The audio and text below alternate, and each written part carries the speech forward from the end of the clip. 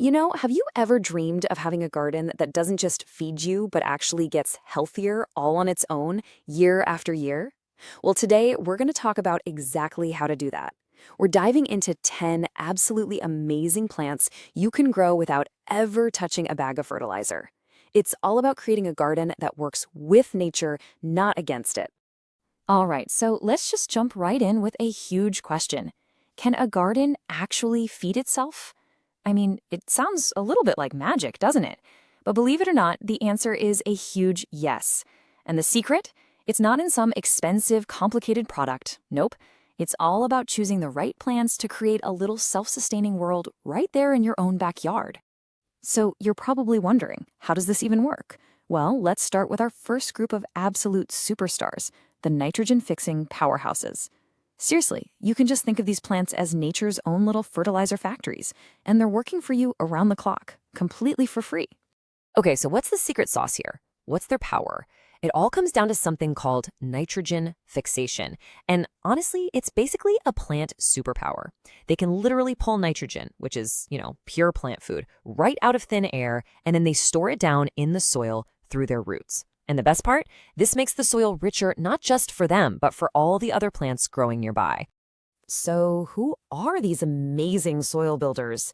Well, on our list, we've got cowpeas. They're a really versatile kind of bean.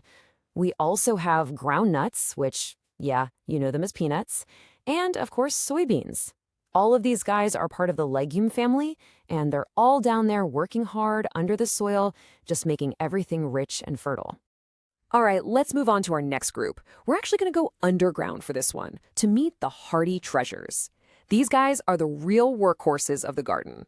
We're talking incredibly tough, super reliable, total masters of survival.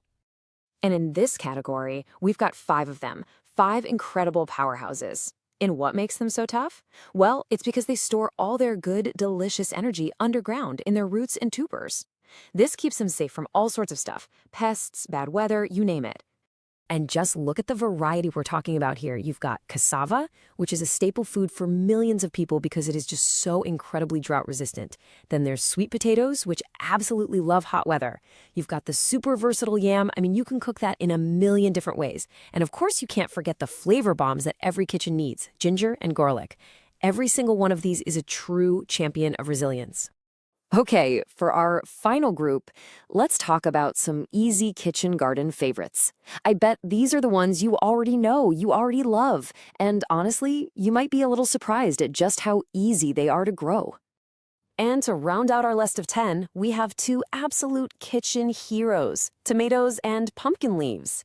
I mean, just think about it. Endless fresh sauces and salads from your very own tomatoes, and those nutrient-packed pumpkin leaves are amazing in stews. They're both super versatile, and really, all they need is some decent soil and a bit of sun. Okay, so let's do a quick recap. We've talked about the nitrogen fixers that literally build your soil for you. We've talked about the super tough root crops that can handle almost anything. And we've talked about those easy kitchen staples we all love. So now, let's put it all together. Let's make a simple plan so you can get started with your own fertilizer-free garden. Seriously, getting started is as easy as 1, 2, 3. First up, just choose a category. What gets you excited? Do you want to build up your soil, or maybe you just need a really tough, reliable food source? Step 2, pick a plant from our list that you know will grow well where you live. And then step 3, this is the best part, just get growing. That's it. You're officially on your way to a more self-sufficient garden. And I just want to leave you with this one last thought. What if your garden could do more, way more than just feed you? What if, just by choosing the right plants, it could actually heal the soil it grows in, becoming healthier and more productive every single year?